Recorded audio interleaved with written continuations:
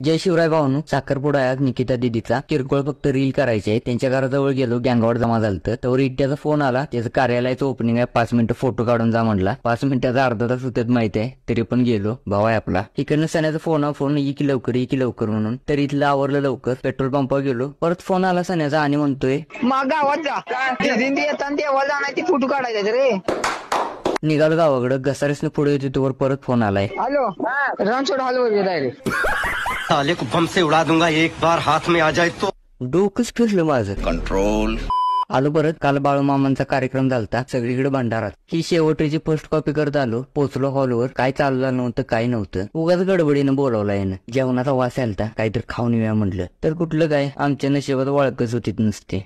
कार्यक्रम चालू झाला. साखरेत पेढा मिक्स करून देतात, लय गार लागते. राजाला हाक मारली. 3-4 मुठा भरून खाल्ल्या आणि आमची हावरी गँग काय मागे राहते. मग स्टेजवर गेल्यात लपिवल्याला पेढ चोराय. गौरव पेढ गेला हो शिवराज. सगळे पेढ हिनीच खाल्ल्यात, कपलला काहीच नाही.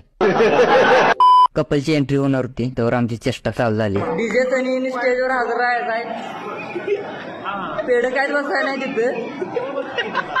शिवराज सुपलं काय पेढ. हा ब्लॉग इथं संपतोय. पार्ट 2 मध्ये स्मोकिंग हंडीची मज्जा सांगणार. त्यासाठी लाईक आणि फॉलो करा.